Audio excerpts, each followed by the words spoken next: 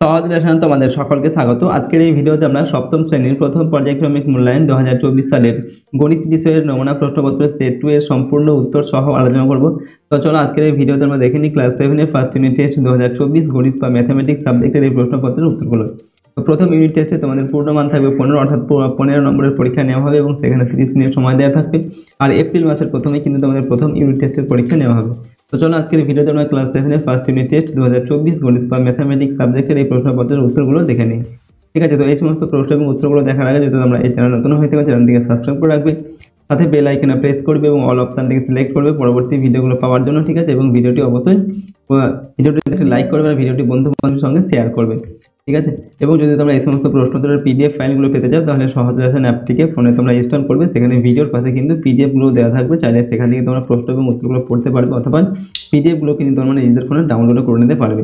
ঠিক আছে, তো চলো আজকের এই ভিডিওতে আমরা দেখে নিই ক্লাস 7 এর ফার্স্ট ইউনিট টেস্ট 2024 গণিত বা ম্যাথমেটিক্স সাবজেক্টের এই প্রশ্নপত্রের উত্তরগুলো। ওকে, দেখো এখানে প্রথমে 1 নম্বর জায়গায় রয়েছে সঠিক উত্তরটি নির্বাচন করো। 4টি প্রশ্ন দেওয়া আছে, প্রতিটা প্রশ্নের মান হচ্ছে 1 নম্বর করে। নাম্বার এতে বলা হচ্ছে -6 ভাগ দেওয়া আছে, এখানে ব্র্যাকেটের মধ্যে সেকেন্ড ব্র্যাকেটের মধ্যে দেওয়া আছে +1 আর হচ্ছে মাইনাস ব্র্যাকেটের মধ্যে 2। এর সরলতম মান দেওয়া আছে -1, -2, -9, -4 আর দেওয়া আছে 6।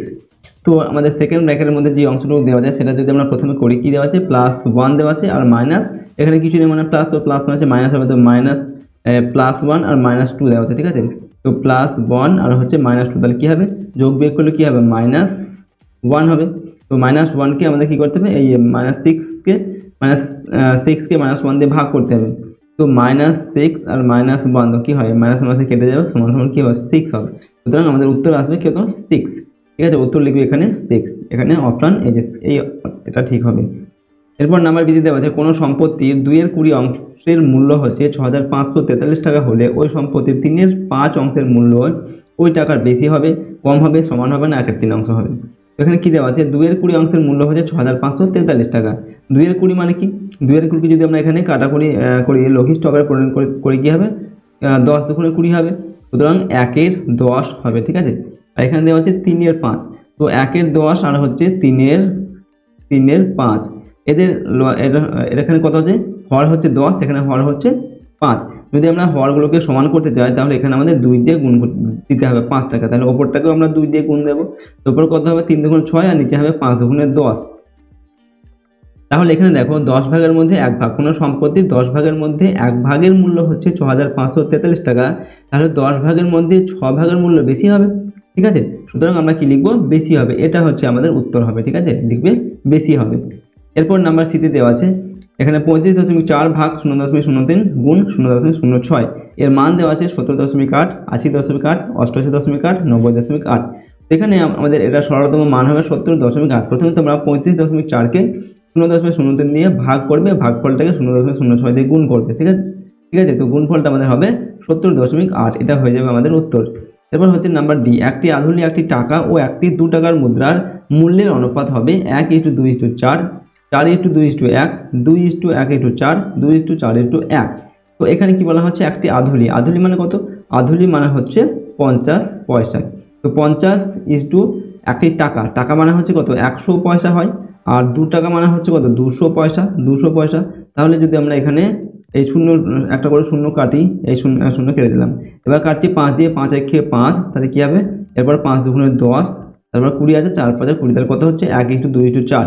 সুতরাং আমাদের উত্তর হবে এটা 1:2:4। ঠিক আছে, এটা হয়ে যাবে আমাদের উত্তর। ওকে, তো চলো এরপরে দেখবো পরের প্রশ্ন। 2 নম্বর দেখে কী দেওয়া আছে, যে কোনো 2টি প্রশ্নের উত্তর দাও।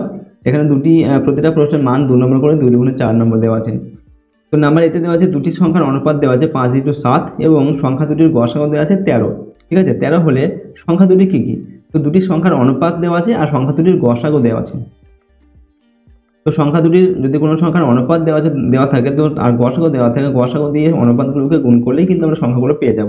সুতরাং আমরা লিখবো সংখ্যা দুটি হলো 13 গুণ 5, 13 দিয়ে গসাগু দিয়ে আমরা অনুপাতগুলোকে গুণ করবো। ঠিক আছে, 5 দিয়ে 13 গুণ 5 সমান 5 13 65 আর 13 গুণ 7, 7 13 91। ঠিক আছে, তাহলে একটি সংখ্যা হচ্ছে 65, অপর সংখ্যা হচ্ছে 91।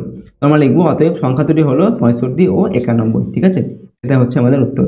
এরপরের প্রশ্ন নাম্বার বিতে দেওয়া আছে, সুহাসবাবু তার মাসিক আয়ের 66.2/3 অংশ খরচ করেন। তিনি যদি মাসে 3250 টাকা খরচ করেন তবে তার মাসিক আয় কত? ঠিক আছে, তো এখানে কি দেওয়া আছে, সুহাসবাবুর মাসিক আয় দেওয়া আছে, মাসিক আয়ের যে এই পার্সেন্টটা তিনি খরচ করেন, ঠিক আছে, যা আয় তার এত পার্সেন্ট খরচ করেন এবং তার মাসের খরচটা দেওয়া আছে এটা 3250 টাকা। তো আমরা এখানে লিখছি, ধরি সুহাসবাবুর মাসিক আয় 100%, ঠিক আছে। এবার আমাদের অঙ্কে কি বলা হয়েছে, সুহাসবাবুর মাসিক আয়ের 63.3% সমান সমান কত, 3250 এখানে বলা হয়েছে। এটা হচ্ছে তার খরচ পার্সেন্টেজ হিসাবে এবং তার খরচটা দেওয়া আছে কত, এখানে টাকায় 3250 টাকা তিনি খরচ করেন, অর্থাৎ আমরা বলতে পারি 63.3% সমান সমান 3250, ঠিক আছে। এবার 63.23 এটাকে পূর্ণ যদি ভাঙি, 3 6 18 আর 2 20, 20 শূন্য, হাতে থাকা 2, 3 6 18 আর 2 20, অর্থাৎ 200/3 হয়ে যাবে। এটাকে পূর্ণ ভাঙলে তো 200/3% সমান সমান 3250 টাকা। এবার 1% সমান সমান কি হবে, 200টা নিচে চলে আসবে আর 2-3টা যাবে ওপরে, ঠিক আছে। ওকে, এবার কি করবো আমরা, 100% তার আয় কত, সুহাসবাবুর মাসিক আয় আমরা 100% ধরেছি। তো 100% মানে কি হবে, 100% মানে এটা গুণ হয়ে যাবে এর সাথে, এই যে এই অংশটার সঙ্গে 3250 গুণ 200, তার সঙ্গে 100টা হয়ে যাবে গুণ। এবার আমরা যদি এই দুটো শূন্য কাটি, এখান থেকে দুটো শূন্য কেটে দিই, আর এই 2 দিয়ে যদি এটা 3250-কে কাটি কি হবে, 1625 হবে। 1625, 1625কে 3 দিয়ে গুণ করলে কি হবে, 3 16 48 আর 3 25 75, 4 10 5 75, তাহলে হচ্ছে 4875 টাকা। সুতরাং আমাদের উত্তর আসবে 4875 টাকা। ওকে, সুহাসবাবুর মাসিক আয় হচ্ছে 4875 টাকা, এটা আমরা লিখবো উত্তর। এরপরের প্রশ্ন দেখো, নাম্বার সিতে এখানে দেওয়া আছে 5050 এর সঙ্গে কোন ক্ষুদ্রতম ধনাত্মক পূর্ণ সংখ্যা যোগ করলে যোগফল একটি পূর্ণ বর্গ সংখ্যা হবে। তো এই যে সংখ্যা দেওয়া আছে এটার সঙ্গে কত বলা হচ্ছে, একটি ধনাত্মক পূর্ণ সংখ্যা যোগ করলে এই সংখ্যাটা একটি পূর্ণ বর্গ সংখ্যা হবে। তো আমরা কি করবো, প্রথমে ভাগ প্রক্রিয়ায় এই 50 বা 5050 এর বর্গমূল নির্ণয় করার চেষ্টা করব, ঠিক আছে। তো এখানে 5050 লিখবো, ঠিক আছে। বর্গমূল আমরা দুটো জোড়ায় জোড়ায় করতে হয়, ঠিক আছে। প্রথম এক জোড়া এবং এই জোড়ায় জোড়া নেব। প্রথমে আমরা দিচ্ছি এখানে 7 দিয়ে, ঠিক আছে। এখানে 7 দিলে আমরা ভাগফলের জায়গায় এখানেও দেবো 7, ঠিক আছে। তো এখানে আমরা দিয়েছি 7, এখানেও দিয়েছি 7, 7 7 49 হয়, 50-এর নিচে লিখলাম 49। এবার এটাকে বিয়োগ করলে বিয়োগফল হচ্ছে 1। তো আবার জোড়া সংখ্যা নামাতে হবে, আমরা 50 নামাতে হবে, 1-এর পাশে 50 নেমে গেল, 150 হয়ে গেল। এবার কি করব, এই যে আমাদের 7টা প্রথমে আমরা নিচ্ছি, ঠিক আছে, এটাকে 2 দিয়ে গুণ করে এখানে লিখতে হবে 14। এবার 14-এর পাশে একটি সংখ্যা আমরা একটি সংখ্যা বসাবো, ঠিক আছে। সেই সংখ্যাটা আমরা এখানেও বসাবো, ঠিক আছে, এই 7-এর পাশে এখানেও বসাবো এবং এই পুরো সংখ্যা দিয়ে এই সংখ্যা দিয়ে গুণ করব, গুণফলে যেটা হবে সেটা এখানে বসাতে হবে। তাহলে এখানে আমরা কি দিয়েছি, 1 দিয়েছি, 2 দিলে কিন্তু বেশি হয়ে যাবে। কি করে দেখো, এখানে দেওয়া ছিল কত, 14। তো 14-এর পাশে যদি আমরা 2 নিই, এটাকে আবার আমাদের 2 দিয়ে কিন্তু গুণ করতে হবে। তো 2 দুগুণে কত হয়ে যাবে, 4, 4 দুগুণে 8, 2 1 2, মানে 284। এখানে যাচ্ছে কত, 150। তার জন্য আমরা এখানে 1 নিয়েছি, ঠিক আছে। তো 1 দিয়ে 141কে গুণ করলে 141 হয়। এটা বিয়োগ করলাম, এখানে কয় 10, 9 10, 4 1 5, 5 5 মিলে গেল, বাঁদিকে 1 1 মিলে যাচ্ছে। তো আমাদের 9 হচ্ছে অবশিষ্ট থাকছে, ঠিক আছে। এবার যদি আমরা 9 এই যে সম্পূর্ণ সংখ্যাটার সঙ্গে 9 বিয়োগ করি, তাহলে কিন্তু সেই সংখ্যাটা একটি পূর্ণবর্গ সংখ্যা হবে এবং তার বর্গমূল হচ্ছে 71 হবে। কিন্তু এখানে বলা হয়েছে এর সঙ্গে যোগ করতে হবে, ঠিক আছে। কত যোগ করলে আমাদের পূর্ণবর্গ সংখ্যা হবে, তো সেটা করার জন্য আমাদের পরের যে পূর্ণবর্গ সংখ্যা সেটা নিতে হবে। তো প্রথমে আমাদের পূর্ণবর্গ সংখ্যা কত পেয়েছি, মানে বর্গমূল হচ্ছে 71, তাহলে বর্গ সংখ্যা হবে 5041, মানে 71কে 71 দিয়ে গুণ করলে হয় 5041। কিন্তু আমাদের 5050-এর বেশি হতে হবে সংখ্যাটা, এর সঙ্গে কত যোগ করতে হবে। তাহলে পরের বর্গ সংখ্যা কত হবে, বর্গমূল হচ্ছে 72, মানে 72কে 72 দিয়ে গুণ করতে হবে। তো 72কে 72 দিয়ে গুণ করলে হচ্ছে 5184, ঠিক আছে।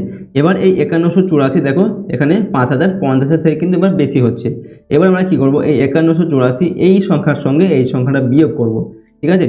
আমরা লিখবো অতএব, অর্থাৎ 5184 বিয়োগ 5050, এটা বিয়োগ করলে কত হচ্ছে, বিয়োগফল হচ্ছে 134। এখানে 4 চলে আসছে আর 8 থেকে 5 বাদ দিলে 3 থাকে, ঠিক আছে।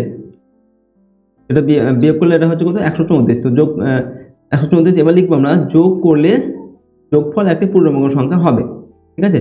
অর্থাৎ 134 যোগ করলে 134 যদি আমরা এই সংখ্যার সঙ্গে যোগ করি, তাহলে সেই সংখ্যাটা আমাদের এই সংখ্যাটা হয়ে যাবে, ঠিক আছে। আর এটা একটা পূর্ণবর্গ সংখ্যা যার বর্গমূল হচ্ছে 72। ওকে, সুতরাং আমরা উত্তর লিখবো অতএব 5050 এর সাথে 134 যোগ করলে যোগফল একটি পূর্ণবর্গ সংখ্যা হবে। এভাবে এটার সমাধান কিন্তু করতে হবে, ঠিক আছে। তাহলে পরের প্রশ্ন দেখে নিই। এখানে 3 নম্বর দাগে যে কোনো দুটি প্রশ্নের উত্তর দাও। প্রশ্নের মান 2 নম্বর করে 2 দুগুণে 4 নম্বর দেওয়া আছে। নাম্বার এতে দেওয়া আছে সরল করো। এখানে দেওয়া আছে a into B minus C minus B into C minus C minus C into A minus B. এটা সরল করতে হবে। তো সরল করার জন্য আমরা প্রথমে অঙ্কটা যেভাবে দেওয়া আছে সেভাবে লিখে একবার নিলাম, ঠিক আছে। লেখার পরে কি করব, গুণ করে দেবো। এ আর বি গুণ করছে কি হবে, এ বি হবে। আবার এ সি গুণ করছে, এখানে কি আছে মাইনাস আছে, এর আগে কিছু নেই মানে প্লাস আছে, তো প্লাস মাইনাস মাইনাস হবে, ঠিক আছে, অর্থাৎ এসি হয়ে গেল। এরপর বি দিয়ে আমরা কি করব, বি দিয়ে সি গুণ করবো, তো কি হবে মাইনাস বিসি হবে। আর বি দিয়ে এ গুণ করবো, এখানে মাইনাস আছে, এটাও মাইনাস, তো মাইনাস মাইনাস এটা হবে প্লাস হবে, ঠিক আছে। প্লাস বি আর এ গুণ করলে কি হয়, বি এ বা এ বি, আমরা এখানে এ বি লিখলাম। এবার সি আর এ গুণ করব, এখানে মাইনাস আছে, এর আগে প্লাস আছে, তো প্লাস মাইনাসে মাইনাস হবে, মাইনাস সি এ বা এসি, ঠিক আছে, তো আমরা এসি লিখলাম। এবার এই মাইনাস সি এর সঙ্গে এই বি গুণ করব, এখানে মাইনাস, এটাও মাইনাস, মাইনাস মাইনাসে হবে প্লাস, প্লাস সি বি বা বিসি, ঠিক আছে, এভাবে লিখলাম। এবার দেখো এখানে এ বি আছে, প্লাস এবি, এখানে প্লাস এবি, তাহলে কী হবে 2 এবি হবে, আর মাইনাস এসি কী হবে 2 মাইনাস 2 এসি হবে, আর মাইনাস বিসি প্লাস বিসি কেটে যাবে, সুতরাং আমাদের থাকবে 2 এবি মাইনাস 2 এসি। এখান থেকে আমরা 2টাকে কমন নিচ্ছি, ব্র্যাকেটের মধ্যে থাকবে এবি, এই যে এবিটা থেকে যাবে আর এসিতে থাকবে, ঠিক আছে, অর্থাৎ 2 ইন্টু এবি ইন্টু এসি, এটা হচ্ছে আমাদের অ্যান্সার, ঠিক আছে, সরলতম মান। এরপর নাম্বার বিতে দেখো, এখানে বলা হচ্ছে মান নির্ণয় করো। এখানে দেওয়া আছে 2 এর কিউব দেওয়া আছে ইন্টু 3 টু দি পাওয়ার 9 দেওয়া আছে, নিচে দেওয়া আছে 3 টু দি পাওয়ার 6, তারপরে ইন্টু 6 টু দি পাওয়ার 3। এটার মান নির্ণয় করতে হবে। মান নির্ণয় করার জন্য আমরা কি করব, প্রথমে অঙ্কটিকে লিখলাম, লেখার পরে এখানে 2 এর মাথায় স্কোয়ার 3 দেওয়া আছে, মানে 3টে 2, আমাদের এখানে 3টে 2 লিখতে হবে গুণ চিহ্ন দিয়ে। এরপর হচ্ছে 3 এর মাথায় 9, মানে 9টা 9 হবে, এরকম 1টা 2টো 3টে 4টে 5টা 6টা 7টা 8টা 9টা 9 লিখতে হবে মাঝে গুণ চিহ্ন দিয়ে, ঠিক আছে। এরপর হচ্ছে 3 এর মাথায় কি দেওয়া আছে 6, মানে 6টা 3 হবে, এখানে নিচে 1টা 2টো 3টে 4টে 5টা 6টা, তারপর 6 এর মাথায় 3, তার মানে হচ্ছে 6টা 3টে 6 হবে, 1টা 2টো 3টে। এবার আমরা কি করব, কাটাকুটি করব, ঠিক আছে। দেখো নিচে আমাদের কটা আছে 3, 6টা 3 আছে, তার মানে 6টা 3, আমরা 6টা 3 যদি 6টা 3ই আমরা যদি এরকম করে কেটে দিই, তাহলে উপর থেকে আমরা কি করবো 6টা 3 কাটবো, এখান থেকে 6টা 3 কাটবো, এখন 2টো 3টে 4টে 5টা 6টা 3 কেটে দিলাম। এবার কি আছে, উপরে 3 আছে, এই 3 আর 6 কাটলাম, 3 দুগুণে 6, এই 3 দিয়ে এই 6টাকে কাটছি, 3 দুগুণে 6, আবার এই 3 দিয়ে এই 6টাকে কাটলাম, 3 দুগুণে 6। এবার এই 2টা কেটে দেবো, এই 2টো কেটে দেবো, এই 2 এর সাথে আমরা এই 2 কাটছি, এই 2 এর সাথে এই 2 কেটে দিলাম। দেখো সব কিছু কিন্তু কেটে কুটে যাচ্ছে, কিছুই থাকছে না, সুতরাং থাকবে হচ্ছে আমাদের 1। ওকে, উত্তর হবে 1, ঠিক আছে, নির্ণয় মান হচ্ছে 1। এরপর দেখো নেক্সট প্রশ্ন নাম্বার সিতে, একটি ত্রিভুজের 3টি বাহুর দৈর্ঘ্য যথাক্রমে x+4 সেমি, 2x+1 সেমি ও 4x - 8 সেমি, ওই ত্রিভুজটির পরিসীমা কত। তো ত্রিভুজের পরিসীমা কি হয়, 3টে বাহুর যোগফল করতে হয়, ঠিক আছে, 3টে বাহুর যোগফল নির্ণয় করতে হয় ত্রিভুজের পরিসীমার জন্য করার জন্য। তো আমাদের কি করতে হবে, ত্রিভুজের পরিসীমা নির্ণয় করতে বলা হয়েছে, 3টি বাহু দেওয়া আছে, একটা বাহু একটা বাহু একটা বাহু, তো সব বাহুগুলোকে আমাদের কি করতে হবে, যোগ করতে হবে। তো আমরা লিখবো ত্রিভুজটির পরিসীমা সমান সমান, এখানে সেকেন্ড ব্র্যাকেটটা আমরা দিলাম, ঠিক আছে, ফার্স্ট ব্র্যাকেটের মধ্যে x+4, তারপর প্লাস 2x+1, 2x+1, তারপর 4x - 8, 4x - 8 লিখলাম। পরের লাইন আমি কী করবো, মাঝের ব্র্যাকেটগুলোকে উঠিয়ে দেবো, ঠিক আছে। তো মাঝের ব্র্যাকেটগুলোকে আমরা উঠিয়ে দিলাম, মাঝে প্লাস চিহ্ন দেওয়া আছে, ঠিক আছে, তো প্লাস চিহ্ন দেওয়া আছে, কোনো সাইনের কোনো চেঞ্জ হবে না। ওকে, এরপর দেখো এখানে কি আছে x, এটা হচ্ছে 2x, তো 3x হবে, প্লাস 3x হবে, আর হচ্ছে 4x, তো কী হবে প্লাস 4x আর প্লাস 3x প্লাস 7x হবে, তো প্লাস 7x হবে। আর এখানে কি আছে 4 আর 1 কত হবে 5, প্লাস 5 আর -8 যোগ বিয়োগ করলে কি হবে -3 হবে, ঠিক আছে, এখানে বললাম -3, সুতরাং আমাদের উত্তর আসছে 7x - 3 সেন্টিমিটার, ঠিক আছে, উত্তর লিখবো। অতএব ওই ত্রিভুজটির পরিসীমা হচ্ছে 7x - 3 সেমি। নেক্সট প্রশ্ন দেখো, এখানে বলা হচ্ছে 4 নম্বর দাগে যে কোনো একটি প্রশ্নের উত্তর দাও। প্রশ্নের মান হচ্ছে 3 নম্বর। নাম্বার এতে দেওয়া আছে স্কেল ও পেন্সিল কম্পাসের সাহায্যে একটি 105 ডিগ্রি কোণ অঙ্কন করো। তো স্কেল আর পেন্সিল কম্পাসের সাহায্যে 105 ডিগ্রি কোণ অঙ্কন করতে হবে। তো এই কোণটা অঙ্কন করার জন্য তোমরা কি করবে, প্রথমে স্কেলের সাহায্যে একটি এরকম একটা সরলরেখা আঁকবে, ঠিক আছে, যার নাম দিয়েছি আমরা বিসি, ঠিক আছে। এরকম একটা সরলরেখা আঁকার পরে তোমরা স্কেল কম্পাসের মধ্যে স্কেলটা রুলটা কিন্তু নেবে। এবার কম্পাসটা এখানে বসাবে, কম্পাসের কাঁটাটা এখানে বসিয়ে যে কোনো একটা মাপ নিয়ে এই যে চাপ, ঠিক আছে, এই চাপটা তোমরা কাটবে, ঠিক আছে, তারপর সেম মাপই কিন্তু রাখবে, সেটা সেম মাপ রেখে কম্পাসটা এখানে বসিয়ে এই যে চাপ, এই চাপটা কাটবে। তারপর কম্পাসটা এখানে বসাবে, বসিয়ে এখান থেকে এই যে এই চাপটা কাটতে হবে, ঠিক আছে। তারপর কি করবে, কম্পাসটা এখানে বসাবে, এখানে বসিয়ে এই চাপটা কাটতে হবে, ঠিক আছে, এই চাপটা।